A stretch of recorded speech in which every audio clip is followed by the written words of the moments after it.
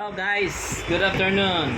So mayroon tayong gagawing automatic washing machine, sharp inverter. Ang problema niya, no power. Chinik ko yung sa likod, mga wirings, okay naman. So pinalitan ko ng board. Papalitan natin ng board. Ngayon, tumawag yung may-ari kung pwede raw isama ko na rin pati deep cleaning. So ngayon ito na siya, babaklasin ko muna yung board. Palitan ko na siya. Hindi ko na pinakita kung paano ang pagbaklas o pagkabit kasi napakadali lang naman. Iaangat nyo lang to. Yan.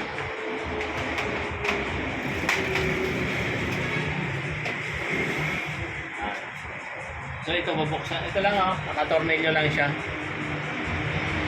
So, pinalitan ko ng board. Ito. Tanong, bakit nasira yung board? Bago pa naman yung washing machine. Ito po yung leak niya. Yan. Yung tubig po ito, nabasa. Yan. Kumpara mo dito, malinis. Tingnan mo dito, nabasa. So bakit nababasa siya na nasa loob siya?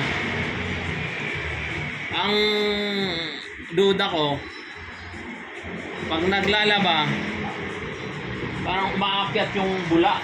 So yung bula ata ang naging cause niya, no? Kaya nagiging basa Habang naglalaba, yung bula tumataas. Kaya minsan nagtataka, bakit paano mababasa? Dito part lang yan. Ka-part lang niya yung nabasa, hindi naman kabuuan. Yun ang duda ko, yung bula umaakyat. So ngayon, tatanggalin ko na yun, deep cleaning natin.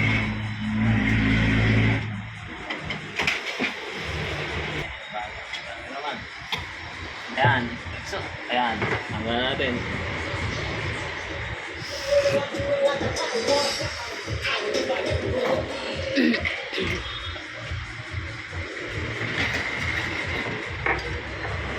Tapos ito, tatanggalin lang natin to. Ayan.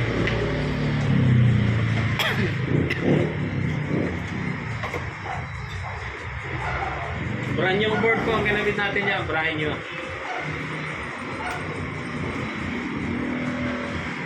Ito, apat lang siya. Sabi ng may-ari, pwede raw isama na yung linis. Kasi nagawa na, linisin na lang. So nag-add na lang siya ng konti. Kasi gagawin lang naman sana yung board pina-add na lang ng kaunti para sabay linis na rin. So apat lang ang tornilyo yan.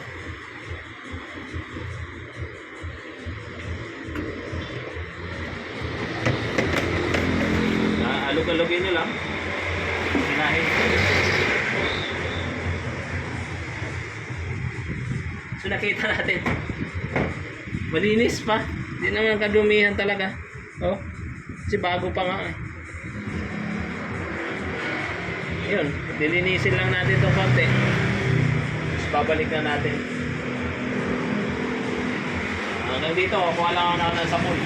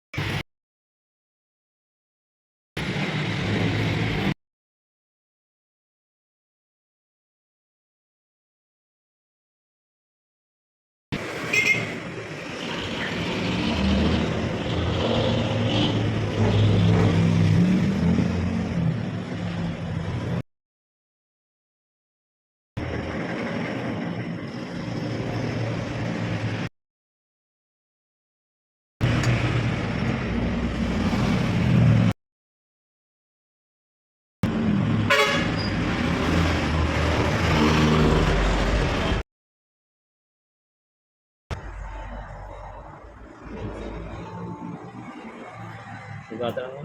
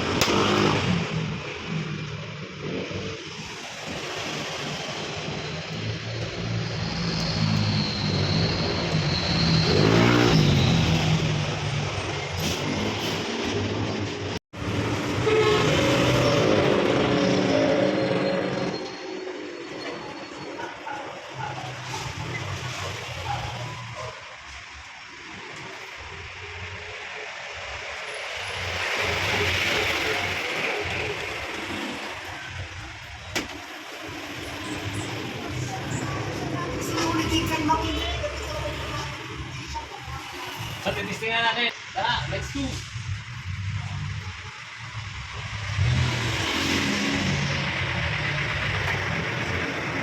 So guys, may bagong laban na po dito. I-testing na natin yung washing. Ah, tagilid na lang dito.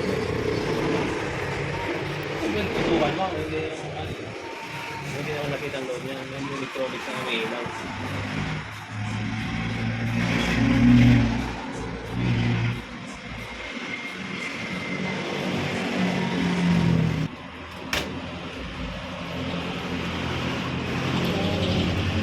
Nice na, tuyo na, pwede na isampay.